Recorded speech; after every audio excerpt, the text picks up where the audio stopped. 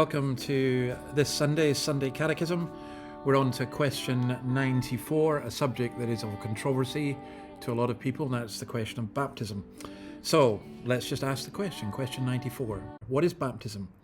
Baptism is a sacrament in which the washing with water in the name of the Father, the Son, and the Holy Spirit signifies and seals our grafting into Christ, our receiving the benefits of the covenant of grace, and our engagement to be the Lord's. Now, I do think there's a lot of confusion about baptism. I grew up in a home where infant baptism was considered anathema. I joined a Baptist church. I was baptized as an adult, and yet I've ended up becoming a Presbyterian minister who strongly believes that baptism should be done for believers and their children. Now, we'll come on maybe to that second part next week with question 95. But I do think the question of what baptism is crucially important, because there are some people who consider it this way. Baptism is our witness to what we have done for God, or that we are testifying. It's our testimony that we are believers. That's not entirely wrong. The proof texts that are used in this are Matthew 28:19, "Go ye therefore and teaching all nations, baptizing them in the name of the Father, the Son, and the Holy Spirit." Romans 6:4, "We are buried with him in baptism into his death, and just as Christ was raised, so we also shall be raised into newness of life." And Galatians 3:27, "For as many of you have been baptized into Christ, have put on Christ." So it's a putting on of Christ and so on. The witness part of it is there.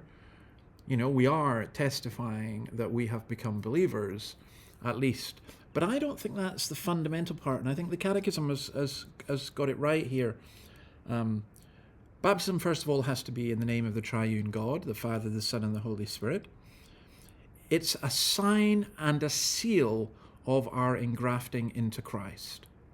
It's a sign and a seal that we belong to Christ, and that we receive the benefits of grace, or of the covenant of grace, that we belong to God's covenant, and that we are engaged to be the Lord's.